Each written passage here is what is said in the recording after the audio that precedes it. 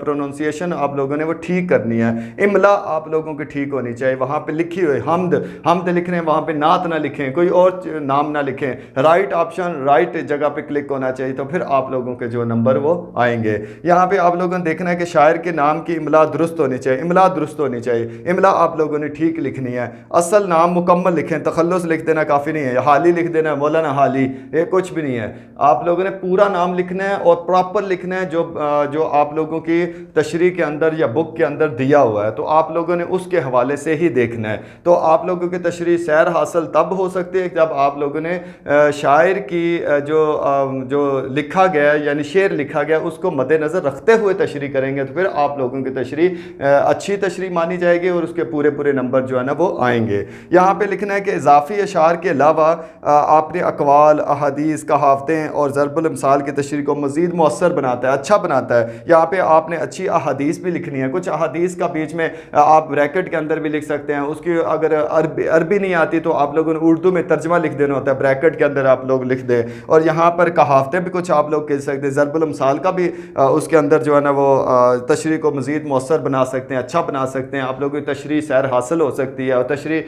جو ہے نا ایگزامنر پڑھتے ہوئے آپ کو اچھے نمبر بھی دے سکتا ہے۔ تو آپ لوگوں نے اس چیز کو مد نظر رکھتے ہوئے یہ کام کرتے چلے جانا ہے، تو آپ لوگوں کی تشریح اچھی ہوتی چلی جائے گی۔ تو یہ ان چیزوں کو مد نظر رکھنا بے حد ضروری ہے آپ لوگوں کی تشریح اچھی ہونے کے لیے، ایگزامنر آپ کو اچھے نمبر دینے کے لیے آپ لوگوں کا سب سے پہلے حوالہ شعر کے اندر نظم کا عنوان اور شاعر کا نام بالکل ٹھیک ہونا چاہیے، اس میں کوئی کمی نہیں ہونی چاہیے۔ پھر آپ لوگوں کے سٹارٹ کی جو تشریح ہے وہ بڑی مؤثر ہونی چاہیے کہ آپ لوگوں نے شاعر کے کہنے کی وجہ کیا ہے، یہ شعر کیا کہہ رہا ہے، اس کی تشریح اچھی ہونی چاہیے، آپ لوگوں نے اس کو مد نظر رکھنا ہے۔ یہاں پر نظم کا مرکزی خیال میں نے آپ لوگوں کے سامنے لکھ دیا، آپ بار بار اس کو ریورسنگ کر کے تو آپ لوگ جو ہے نا وہ اس کے جو ہے مرکزی خیال کو لکھ سکتے ہیں۔ تو میں یہاں پر آپ لوگوں کے سامنے بیان بھی کرتا جاتا ہوں۔ عظیم شاعر مولانا الطاف حسین حالی کہتے ہیں کہ کوئی چیز، میں ایک دفعہ پڑھ دیتا ہوں آپ لوگوں کے سامنے کہ آپ لوگوں کی یہی مرکزی خیال، یہ 5 نمبر کا ہوتا ہے، یہ جو 5 نمبر ہیں اس کے نظم کا مرکزی خیال، یہ آپ کو پورے بھی ملتے ہیں، پورے اس صورت میں ملتے ہیں جب آپ لوگ اس کی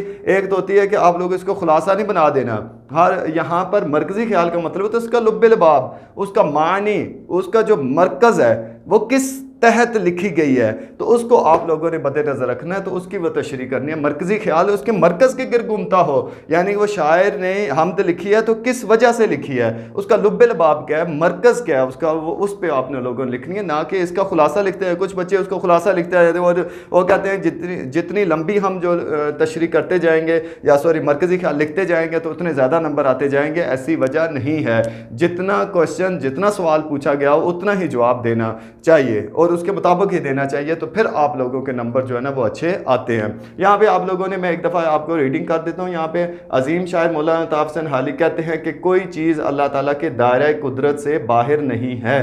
اللہ قادر ہے اور انسان مجبور ہے، یعنی کہ تھوڑے الفاظ زیادہ معنی یہاں پہ، یعنی کہ وہ ٹو دا پوائنٹ ہونی چاہیے، یعنی کہ کوئی چیز ایکسٹرا نہیں ہونی چاہیے، اضافی آپ لوگ اس میں مت لکھیں، جتنا یہاں پہ لکھا گیا اتنا ہی آپ لوگ وہاں پہ لکھ دیں، آپ کو 5 نمبر جو ہیں پورے مل سکتے ہیں۔ اور اللہ اپنے بندوں کو بھی عظمتیں عطا کرتا ہے، ان کی نگاہوں میں بادشاہوں کا لباس نہیں جچتا، یہ ان پر اللہ کا انعام ہے۔ بس اتنی تشریح آپ لوگ، مرکزی خیال آپ لوگوں نے جو ہے نا وہ کر دینا ہے، تو آپ لوگوں کو اچھے نمبر جو ہے نا وہ مل سکتے ہیں۔ تو آپ لوگوں نے کئی چیزوں کو مد نظر رکھنا ہے۔ اب میں آپ لوگوں کے سامنے جو حمد کی وہ تشریح ہے، مفہوم تشریح کے حوالے سے تھوڑا میں یہ بیان کریں، مفہوم آپ لوگوں کو کنوے کرتا جاتا ہوں۔ کچھ بچے جو ہوتے ہیں وہ کہتے ہیں کہ ہم لوگ تشریح یاد نہیں کریں گے، تشریح یاد بھی کرنی چاہیے، اچھی بات ہے۔ کچھ الفاظ جب ہم پیپر میں بیٹھے ہوتے ہیں، کچھ چیزیں جو یاد کی ہوئی ہوتی ہیں وہ اگر ذہن میں آ جائیں تو ہم لوگ اچھی تشریح جو لکھنے کے قابل ہو جاتے ہیں، مگر کچھ بچوں کو ہوتا ہے کہ ہم لوگ نا خود ہی تشریح کرنے کے قابل، وہ ان کی تشریح اتنی زیادہ مؤثر نہیں ہوتی جتنی یاد کی ہوئی تشریح ہوتی ہے، مگر پھر بھی اس بات کا اگر خیال رکھنا چاہیے، ٹو دا پوائنٹ ہونی،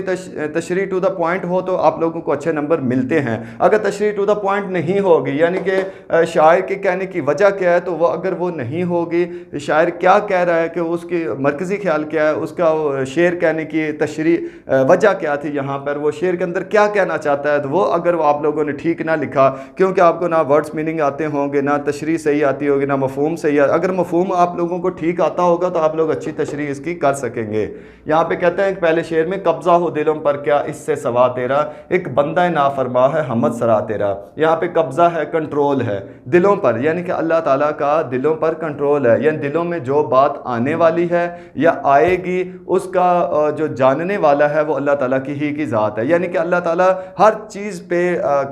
قبضہ رکھنے والا ہے، کنٹرول رکھنے والا ہے، ہر چیز پہ اس کا احاطہ ہے، ہر چیز پہ کنٹرول رکھنے والا ہے۔ تو وہ اس کے سوا تیرا، یعنی کہ اس کے سوا اور کوئی اس کے علاوہ کیا ہے، ایک بندہ نافرما ہے، قبضہ ہو دلوں پر کیا اس سے سوا تیرا، یعنی کہ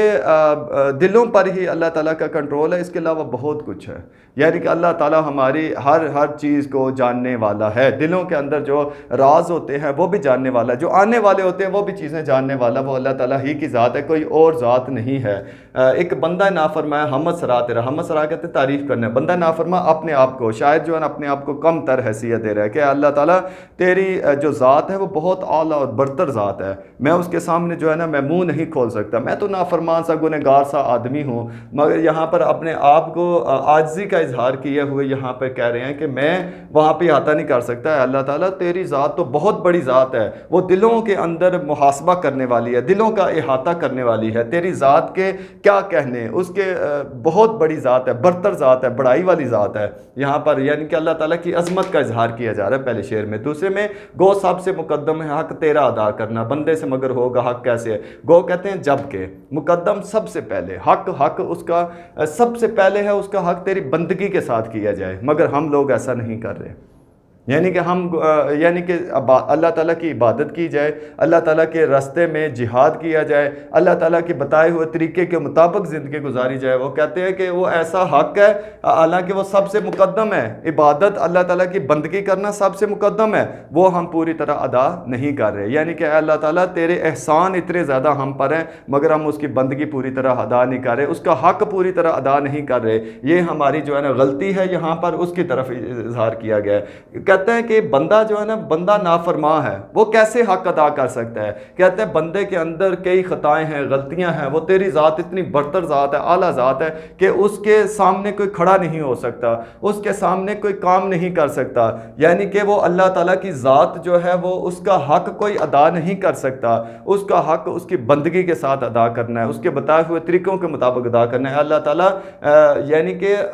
سب سے مقدم ہے، سب سے پہلا حق تیرا ہی ادا کرنا ہے، اور بندہ ایسا نافرما ہے، یعنی بندہ ایسا لاپرواہ ہے، یعنی اس سے تیری بندگی کا حق ادا نہیں ہوتا۔ یہاں پر دوسرے شعر کے اندر اس کی بندگی کے بارے میں بتایا گیا ہے کہ اس تیری عبادت کے بارے میں، یعنی جس مقصد کے لیے ہم کو پیدا کیا، وما خلقت الجن والانس الا لیعبدون، ہم نے جنوں اور انسانوں کو پیدا کیا صرف اور صرف تیری عبادت کے لیے، تو یہاں پر ہم اس کا حق ادا اس طرح نہیں کر سکتے جس طرح تیری بندگی کا حق ادا کرنا مقصود ہوتا ہے۔ محرم بھی ہے ایسا کہ جیسا کہ نامحرم، کچھ کہہ نہ سکا جس پہ یہاں بید کھلا تیرا، یہاں کہتے ہیں یہاں، یہ تختی کے لیے لفظ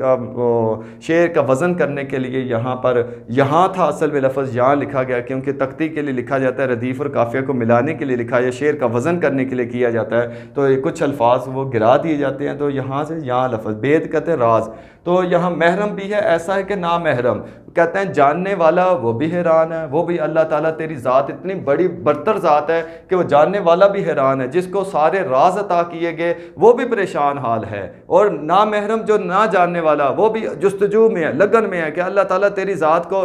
پا لوں، تیری ذات کے جو راز ہیں اس کو جان لوں، اس طرح کے وہ مطلب کہ اشاروں میں ہے، وہ اس طرح کی زندگی گزارنے میں ہے۔ یہاں پہ کہتا ہے کہ محرم وہ جاننے والا بھی پریشان ہے اور نامحرم بھی ایسا ہی ہے، دونوں اپنے اپنے جو ہے نا عالم میں جو ہے وہ گم گشتہ ہیں اور اپنی اپنی کیفیت میں پھر رہے ہیں۔ یہاں پہ کہتے ہیں کچھ کہہ نہ سکا جس پہ یہاں بید کھلاتے رہا، جس کے راز جس کے سامنے ظاہر ہو گیا، دونوں کے لیے ایک ہی جیسی کیفیت ہے، دونوں اپنی جگہ پہ سکتہ ہیں، پریشان حال ہیں، وہ رکے ہوئے ہیں، ٹھہرے ہوئے ہیں۔ یہاں پر وہ کہتا ہے کہ دونوں، یعنی کہ جاننے والا بھی پریشان ہے اور نامحرم یعنی نہ جاننے والا بھی پریشان ہے۔ شعر کے اندر یہاں پر اللہ تعالیٰ کی علم و حکمت کے بارے میں بتایا گیا کہ اللہ تعالیٰ کی ذات کتنی برتر ذات ہے، اس کا کتنے راز ہیں جو اللہ تعالیٰ کی ذات نے ہم کو دیے ہوئے ہیں، کچھ نہیں بھی عطا کیے ہوئے، تو جو جاننے والا بھی وہ بھی پریشان ہے اور نہ جاننے والے دونوں پریشان ہیں کہ اللہ تعالیٰ کی ذات کی برتری یہاں پہ بیان کی ہے، بڑائی بیان کی جا رہی ہے اس شعر میں۔ نمبر 4 شعر ہے جچتا نہیں نظروں میں یہاں خلط سلطانی، خلط سلطانی کہتے ہیں بادشاہی لباس، جس کو بادشاہی لباس عطا کیا جاتا ہے وہ جو فقیر ہے وہ گدا ہے، جس کو شاہی لباس وہ اس کو اچھا نہیں لگتا۔ اور بادشاہ اگر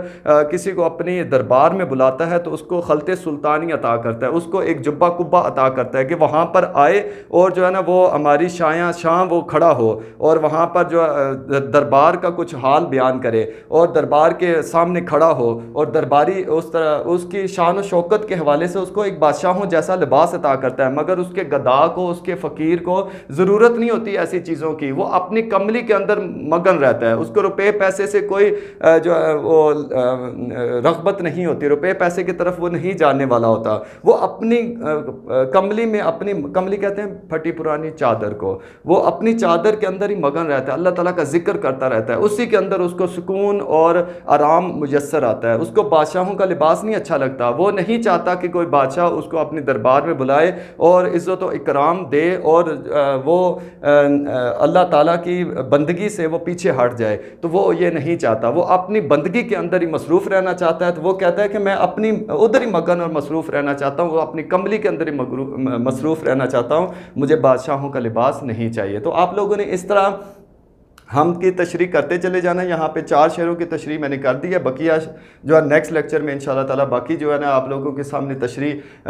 جو ہے اسی طرح آپ لوگوں نے تشریح کرتا چلا جاؤں گا۔ آپ لوگوں نے مفہوم کو مد نظر رکھنا ہے، مفہوم کو اوکے آپ لوگوں نے اگر کر لیا تو ایگزامنر آپ کی تشریح کو جو ہے نا وہ کراس نہیں کرے گا، آپ کو نمبر پورے دے گا۔ کچھ بچے ہوتے ہیں جو آپ لوگ جو غلطی کرتے چلے جاتے ہیں، وہ یہ ہے کہ شعر کچھ کہہ رہے ہیں، آپ لوگ تشریح کچھ کہہ رہے ہیں۔ تو جب تشریح کچھ کہہ رہی ہوگی، شعر کچھ کہہ رہا ہوگا، تو آپ لوگوں کی تشریح وہ ٹو دا پوائنٹ نہ ہونے کی وجہ سے آپ لوگوں کو وہاں پر irrelevant وہاں پہ کراس لگا دیا جائے گا کہ وہ تشریح غیر متعلقہ تھی، یعنی تشریح شعر کے مطابق نہ تھی، اس وجہ سے آپ کو نمبر وہ نہیں دیے جائیں گے۔ تو آپ لوگوں نے ان چیزوں کو مد نظر رکھنا ہے کہ شعر کے مطابق ہی تشریح ہونی چاہیے، نہ کہ شعر کچھ اور کہہ رہا ہو، تشریح کچھ اور کہہ رہی ہو۔